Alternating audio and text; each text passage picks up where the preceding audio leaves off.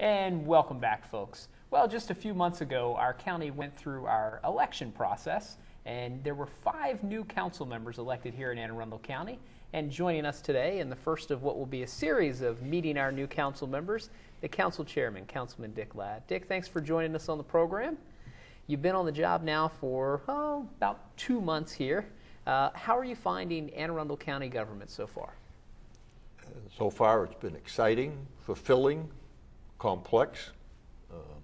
Not necessarily, I say confusing, but it's been very interesting to plumb and compare to other things. And I think most importantly, I've run across a lot of very nice, competent people. Mm-hmm. Well, Councilman, you represent the center portion of the county, Severna Park, Broad Neck, the peninsula out there. Yes. An area that's really the heartbeat of Anne Arundel County. The citizens in your district, what kind of issues are you hearing about them?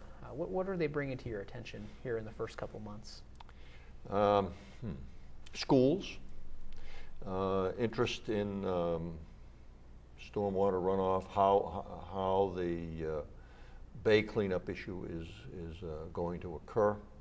But I've heard a lot about schools and some increasing concern about services as we get ready to go into the budget cycle.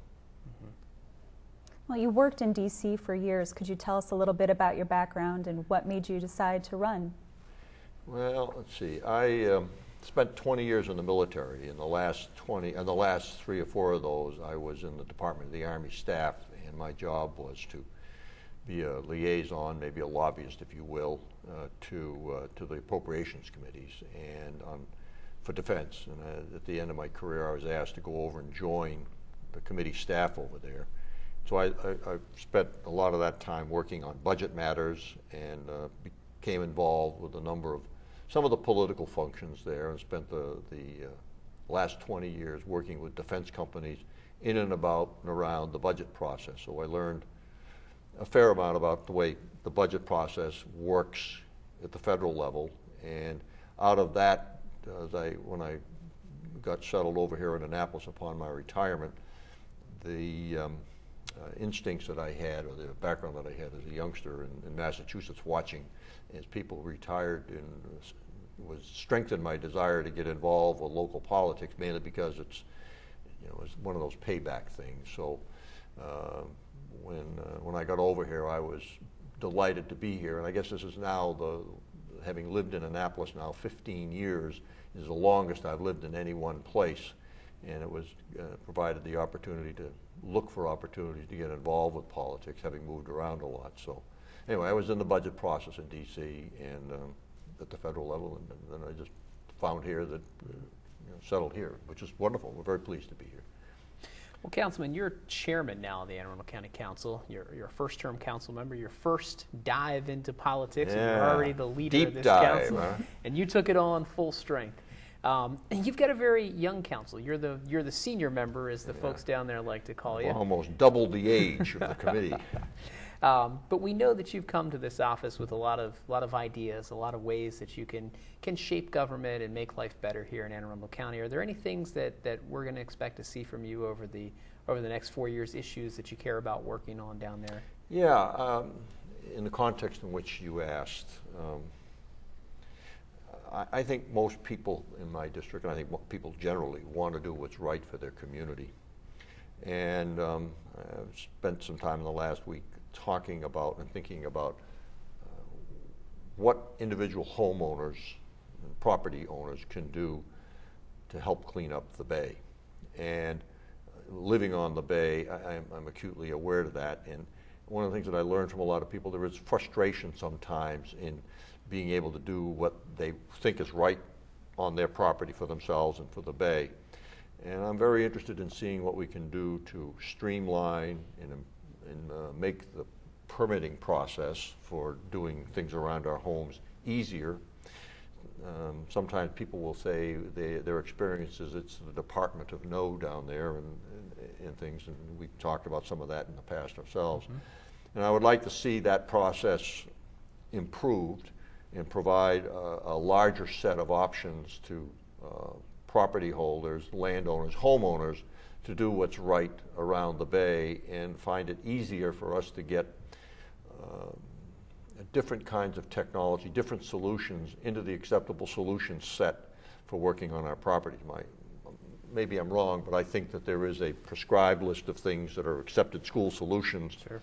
And if your particular situation doesn't lend itself to one of those, you wind up having to spend a lot of time, and it's very frustrating. And there it seems as though there are some solutions that don't work in certain situations, and it may be as simple as having to buy sun plants and growth that work well in sun, and you have a shaded lawn or a yard or a waterfront, or the other way around.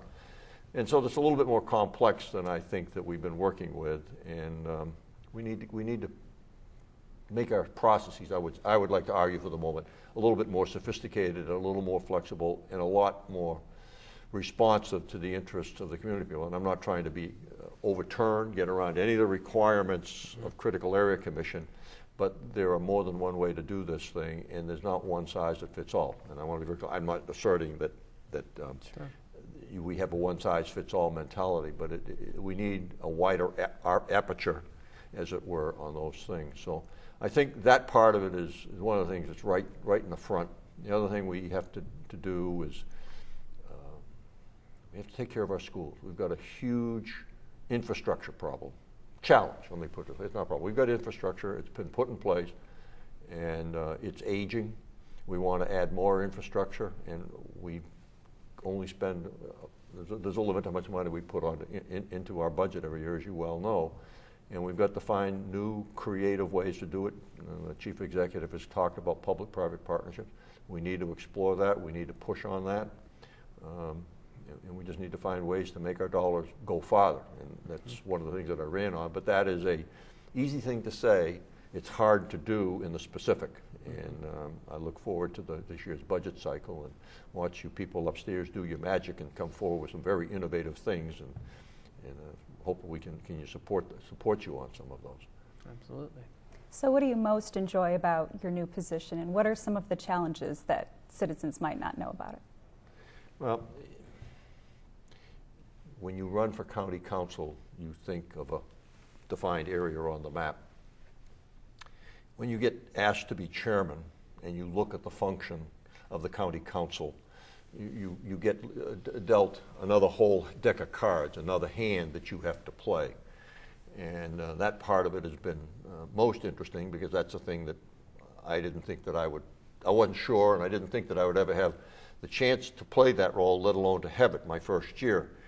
But having said that, that has been one of the most challenging things. And actually this first year is a very, very important year. And my role put, at least at the very most fundamental, I got to make the trains run on time. So we have the requirement to do appoint Board of Appeals, which have a very important role. We've got the Charter Review Commission that's got to come along, and that has a very, very important process. We've got comprehensive rezoning, which we're getting ready to do here. We'll start and have one of our first work sessions on that, I think in about 2 weeks' time, very shortly. And then we've got the budget process, which will be a little bit extended in this year.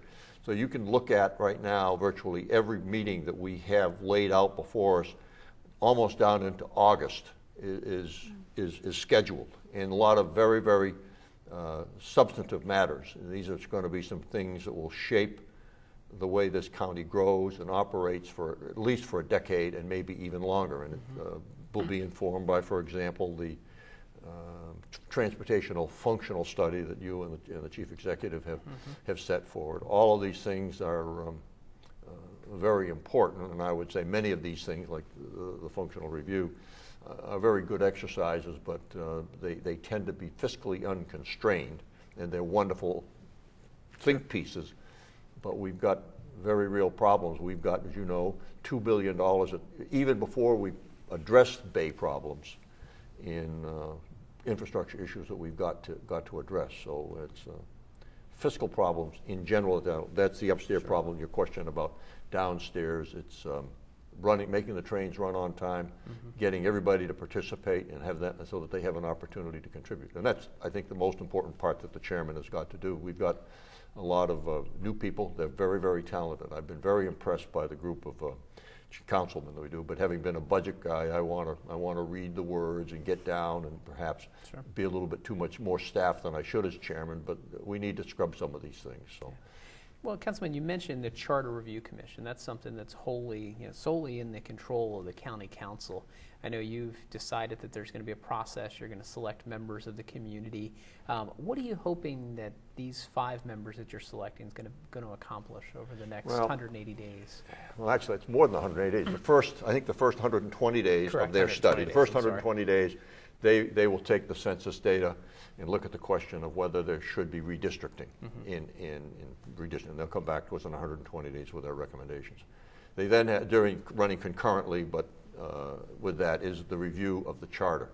And they will go back and look at it and suggest to us changes that they think are appropriate. The kind of people that we're looking for are people who perhaps have served on the Charter Commission before, people who have had experience in operating in the county government or around the county government, or at the very highest level as best we can. And I would, from back of a better term, I would say I would like to see county senior citizens, people that will look at these things beyond party affiliations, beyond politics, beyond advocacy roles that they may or may not have played. Somebody that will, without question, put Anne Arundel County first. Great.